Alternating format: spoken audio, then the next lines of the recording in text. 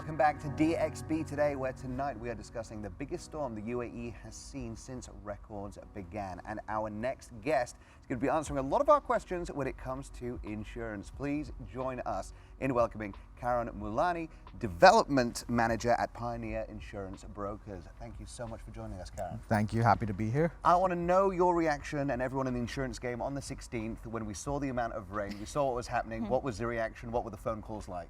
Phone calls on the 16th I think were a bit limited. I didn't think people were realizing how much damage was really going on and what was happening. I think the phone calls really started the next day on the 17th, and it was that's when we started getting kind of the claims coming in, and whether that's motor claims, property claims, or things like that. And that's what we're here for. That's what the insurance industry is here for. That's what we're supposed to do, and it's our time to prove ourselves of what we can do during this time. So yeah, happy for the calls to come in, happy to answer them. It's interesting because I'm always surprised by this. I've lived here for a really long time, and I'm still surprised at the amount of people that don't have buildings insurance if they own their property, don't even have contents insurance if they're renting a property. Why is that the case here? You know, I think for a lot of people, they come from the UK, they come from Australia, different places. It's common. It's almost 100%. Penetration in Dubai is about 2 to 4% is what we're estimating for home insurance over here. It's quite low. It's quite low, and I think that I'm not sure why people don't get it. I think they're maybe not informed. They only get it when their bank forces them to get it because they've taken a mortgage out, right? But it's really not something too expensive. I think people should really think about getting their homes insured, and we've seen a big influx in inquiries, obviously, after that. Yeah, I don't have any home insurance. So tell me, if you were to put it in the most basic terms so that your average person can relate to it, tell me how many claims would you have gotten in that 2 or 3 day period? So I think the easiest way for me to say it, we did our own analysis on this. We got about 12 years worth of claims in a single day. That's basically the level that we're looking at right now. And it's a very anecdotal, napkin kind of analysis that we've done right now, but that's what I did the other day. It's about 12 years worth of claims on a single day.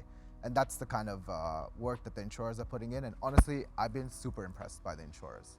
I really, they've flown in teams from the UK, from India, just to help with these claims.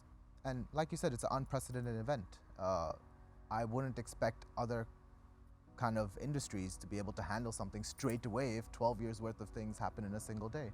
So I've been quite impressed, and And Karen, I want us to just focus a bit more on the motor insurance side of things. We saw cars submerged. It was so unfortunate to see a lot of cars abandoned even a couple of days after because no one wanted to really venture out just in case.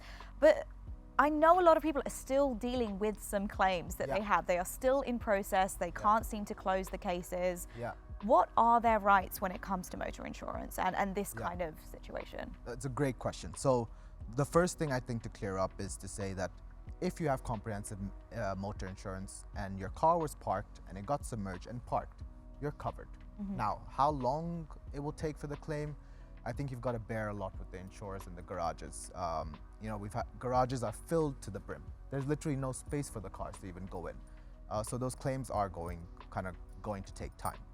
I think the big issue will be, and where the point of contention will be, is when someone drove through the water. And that's where it comes into a gray area. There's a wording through central bank which basically says that if you were negligent, then your claim may not be honored. And that's where insurers and consumers, I think, are going to have different interpretations of what negligence is. Some may say that I was forced on the road. Some may say that, you were driving through negligently. What about, I'm going to ask a question again from Michael's perspective. If you can put it in the most basic terms for us. All I keep hearing over the last month is force majeure. And what we're looking for in these contracts and these small prints to kind of avoid these situations, because there are some people who say legitimately have insurance and then they didn't read a certain fine print, therefore they're not covered, be it motor or home. Right. What should we be looking for to kind of avoid this in the future? So for motor, it's clear. If you've got comprehensive and you were parked, there's no question about it. And you can take your case to the financial ombudsman if you feel, as an individual, not as a company has to go through a different process. You can take it to the financial ombudsman if you have a dispute with an insurer. For home, I would say, I can't say across the board it's difficult, but 90% of policies should be covering you, and that's a very conservative estimate. I'm actually interested to know, because Michael had mentioned how we learned lessons from the floods. How is the insurance game going to move forwards now after something like this has happened? I don't think people want to hear it, but your premiums are going to go up. That's most likely. Okay, well that's all from Karen on today's show. But yeah, so premiums will go up, and I think that's the major thing that's going to happen. I think insurers are also going to place a higher amount of responsibility on people, especially with their homes, to say that, or properties, to say that please protect yourself before you claim on the insurance policy. So you bring up an interesting point. Okay, protecting yourself. Let me ask you this. Yeah. What if, as I said earlier, my employer forced me to go to work and my car was damaged in the water? So it's a very, very difficult area to ascertain right now, but basically... could I sue my employer? There is a potential to. There is a potential to. The Ministry of Labor recently came up with a law that says that if an employee is forced to come to work, which results in some form of harm to them, then their employer is held liable. Wow.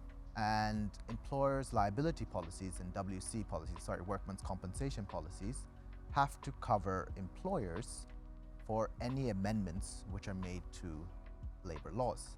So there is perhaps a scope where employees could start suing their employers for damages to their vehicles. Okay, I'm going to ask one more question. If you were to ballpark it, talking about the number of cars that were damaged in that 2 or 3 day period, what would you say? It's not less than 100,000. That's what I estimate. I may be completely out of line, but I really don't think it's less than 100,000. We've seen claim waiting times where, it's 100,000 is a conservative figure, in my view, to be honest. Wow, that's absolutely fantastic. I could chat to you all night, actually, Karen, but sadly our time is up. But really, really appreciate you taking the time, because you clearly are a very, very busy man right now. So thank you so much. He just wanted to come here for the break. Yeah, exactly. All his colleagues are like, Karen, we're busy. Thank you so much for coming on the show. Thank you so much really for having appreciate me on. it. Thank you. Moving on to today's spotlight. Now it's on a cloud-based restaurant management solution offering easy operations for all types of food service businesses with their all-in-one software ecosystem, helping bringing culinary visions to life with financial stability. This is Niharika Sharma from Foodix.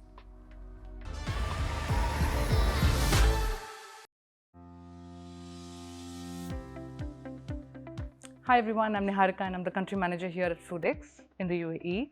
Foodix is a cloud-based point of sales restaurant management system for restaurant owners and business owners to help simplify their operational challenges and give them a sustainable growth. The F&B industry is actually an organized chaos, if I may say.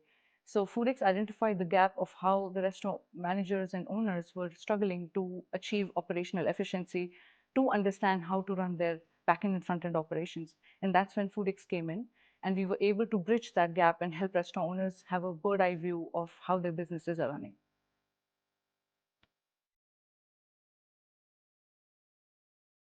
Foodix actually started off as a small attempt to help restaurant owners in Saudi. However, in the last 10 years, we've been able to reach every country, to be specific, about 165 countries, and we're operational there. So that's, I think, a huge milestone for us.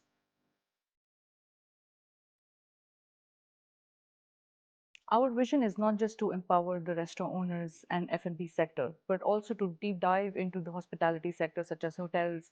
So we're also tying up with a lot of government entities to bring life to that dream. In my personal experience, I've noticed that Dubai is one of the only cities in the world where people from all walks of life come together with hunger in their attitude and dreams in their eyes to not just bring life to their own dreams, but also to support others. So this is why I feel Dubai is one of the most exciting places to do a business. One of the initiatives I want to talk about is very, very close to our hearts. We were supporting our customers who faced damages during the recent floods in UAE by replacing all of their hardware for free. A lot of people stepped up. The government really stepped up. Kudos to everybody who did. And this was our small initiative to support the businesses. Thank you for that one, Niharika. But now it is time for the roundup. Nimi, what have you got for us?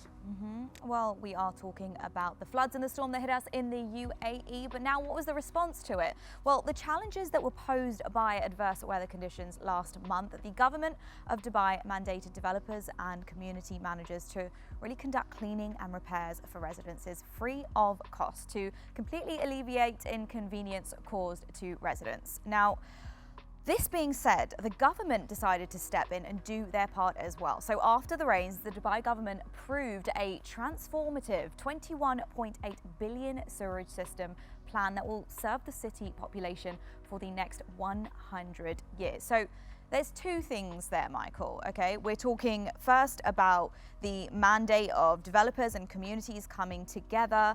I know still a lot of people have had issues with their developers. They're still trying to get them in and get, the process done. Then on the other hand, we have the government stepping in saying, okay, this is a bigger challenge for us all, where if this does come across again, how are we gonna handle it? I'm sure over the course of the next few months, there will be government reports that come out that will talk about, the good and the bad and the ugly of what it was that was discussed. And they won't shy away from having those conversations and making sure that it doesn't happen again. So the thing about this storm is we sort of knew it was coming. We knew that there was something happening. As you say, the government, they said, we are announcing a few days of remote working, remote schooling, and we urge employers to do the same. Do you think we need to start looking at no longer urging, and sometimes the government needs to sort of put the private entities in their place? So it's a tricky situation. We live in, for the most part, a free society, and we're a capitalist society here in Dubai. And I think that much like any other place in the world, a government is going to say, this is what we're doing. We urge and encourage everybody to follow suit. But people get to decide for themselves. I think what would change is, as we learned earlier in our conversation, if an employee was forced to come to work and he or she ends up turning around and suing his employer, that might help the private sector learn that they can't do whatever they want. They have to maybe go along with what the government is saying. And the government isn't saying this to make everybody's life difficult. The government is saying this so that people's lives are kept safe, and also so that people don't have to be doing something that jeopardizes their property.